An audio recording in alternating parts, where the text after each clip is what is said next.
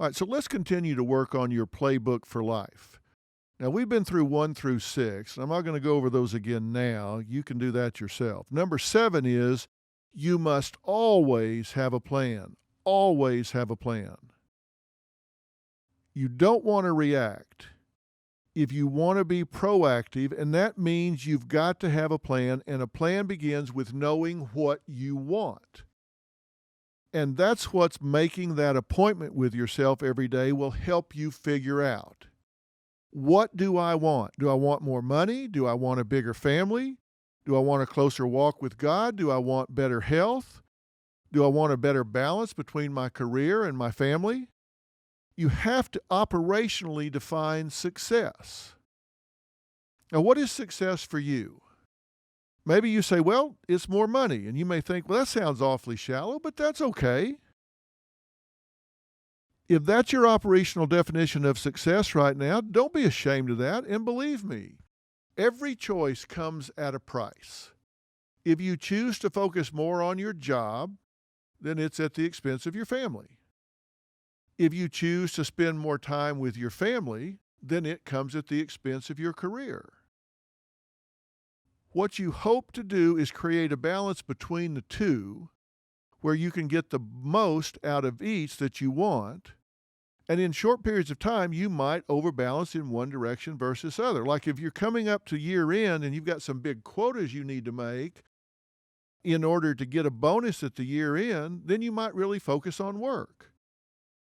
If you're coming up where it's the middle of the summer and you want to plan some time with your family and take some time off and go on a big vacation, then you might really spend a lot of time focusing on your family.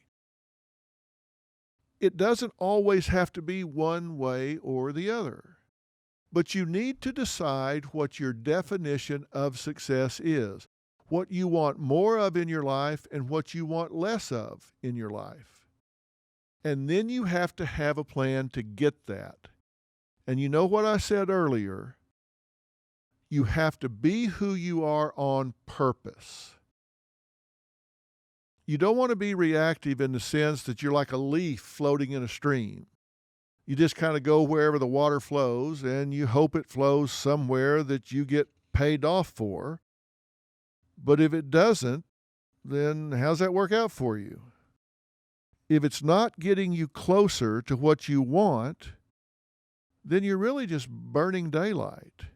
You're really wasting time. So look, here's what I want you to do.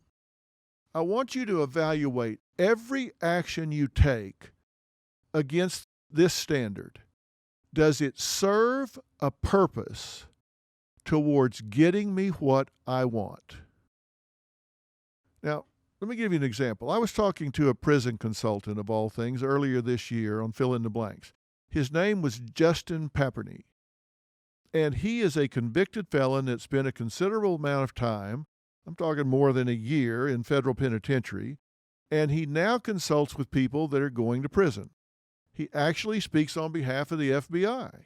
He works with the federal government, the people that put him in jail, and he counsels people. Now, the reason I was talking to him is because there was all this bribery scandal for students getting into schools.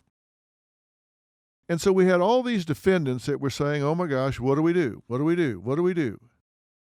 And when I was talking to Justin about it, he was saying what I thought they all should do. And if you want to hear that, you can go back and listen to that episode. But one of the things he said was really interesting.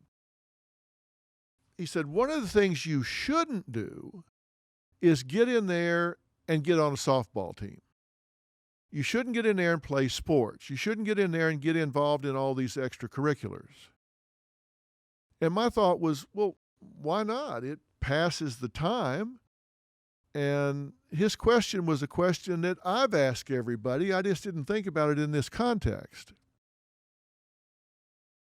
He says, your purpose is to get out of prison as fast as you can, as prepared for the next phase of your life as possible. And unless you're going to get out and be a professional softball player, then why in the hell would you spend your time playing softball? You have a finite amount of discretionary time. You need to spend that time in the library. You need to spend that time investigating what your options are going to be after prison. What can you do? How can you educate yourself to figure out, I don't know, maybe how to reinvent yourself, how to appeal your case? Maybe you need to figure out 10 different things, but one of them doesn't need to be how to play second base on a softball team. So why in the world would you go and do that? Evaluate every behavior, every choice you make as to whether or not it gets you closer to what you want in your life. And if softball doesn't do that, then don't waste your time playing softball.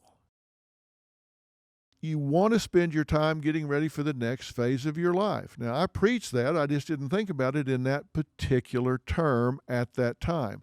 So how about you? Do you do that? If you don't know what you want, if you don't have that North Star out there, then you have no idea what to compare your behaviors against. You don't know whether do I do this or do I not, unless you know what you're moving towards. The whole idea here is to take specific actions towards a known outcome, which means you need to identify the known outcome and then evaluate every specific action to see if it gets you closer.